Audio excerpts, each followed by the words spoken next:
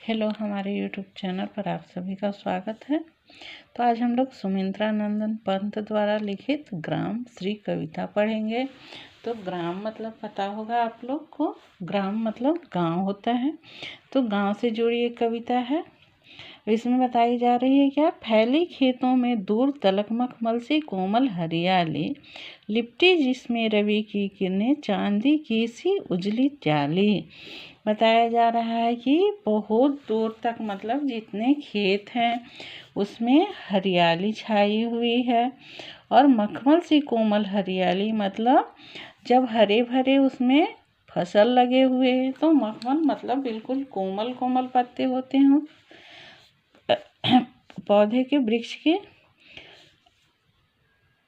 खेत में जो भी लगे हुए रहते हैं फसल, उसमें क्या है, लिपटी रवि की किरणें। जब सुबह सुबह सूर्योदय होती है तो जब किरणें पड़ती हैं उसमें तो क्या होता है, रात में शीत पड़ी हुई रहती है। इस वजह से देखने में लगती है कि जैसी चांदी उसमें चमक रही है, चांदी की जाली। रजत स्वर्ण मंजरियों से लद गई आम्र तरु की डाली, झर रहे ढाक पीपल के दल, हो उठी कोकिला मतवाली। अब चांदी सी मंजरियों से लद गई है आम्र तरु की डाली। आम के वृक्ष मंजरियों से लद गए हैं सुंदर, और झर रहे हैं ढाक पीपल के दल, मतलब पलाश के पीपल के दल भी झड़ रहे हैं। हो उठी कोकिला मतवाली, उसी टाइम बसंत ऋतु शुरू होती है तो कोयल भी अपनी तान छेड़ना शुरू कर देती है मीठी वाणी से, जिसे हम लोग बहुत अच्छा से सुनते हैं, अच्छी लगती है। महक कटहल मुकुलित जामुन, जंगल में झरबेरी झूले, फूले आड़ू नींबू दाडिम, आलू गोभी बैगन मूली। क्या है, जब बसंत ऋतु में कटहल में भी फल लग जाते हैं और जामुन भी फल जाते हैं, जंगल में झरबेरी, फूले आड़ू नींबू दाडिम। दाडिम मतलब क्या होता है, अनार। अनार में भी फल लग गए हैं। उसी टाइम क्या होता है, आलू गोभी बैगन मूली सबकी फसल होती है, सब सब्जी आ जाती है उस टाइम, उसके मौसम है। पीले मीठे अमरूदों में अब लाल लाल चितियाँ पड़ी, पक गए सुनहरे मधुर बेर, आंवली से तरु की डाली जड़ी। पीले जैसे अमरूद भी पक गए हैं, पीले पड़ गए हैं के बाद उसमें थोड़ी थोड़ी निशान पड़ जाती है, वही चितियाँ पड़ी बताई जा रही है।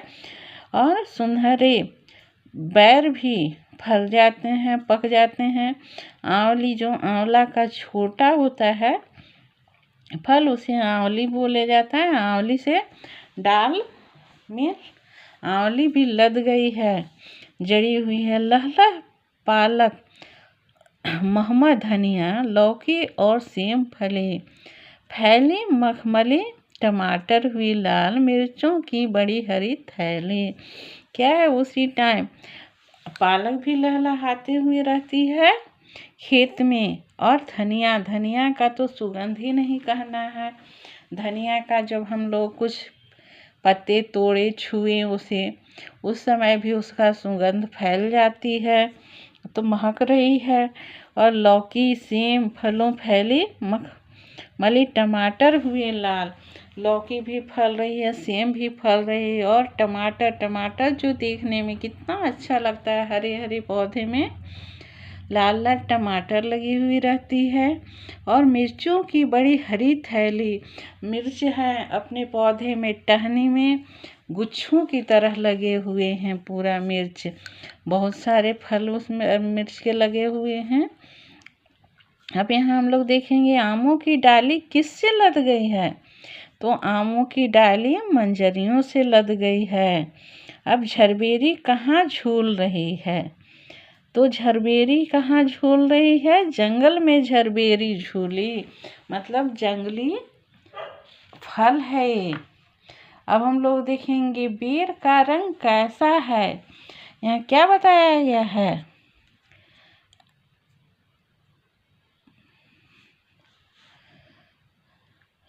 बेर का रंग पकने के बाद लाल हो जाती है। जैसे पीले अमरूद कैसे हो जाते हैं पकने के बाद? पीले अमरूद पर किस रंग की चींटियाँ पड़ी है? तो अमरूद पर पीले रंग की चींटियाँ पड़ी है। अब टमाटर कैसे रंग के हैं? तो लाल रंग के टमाटर हैं।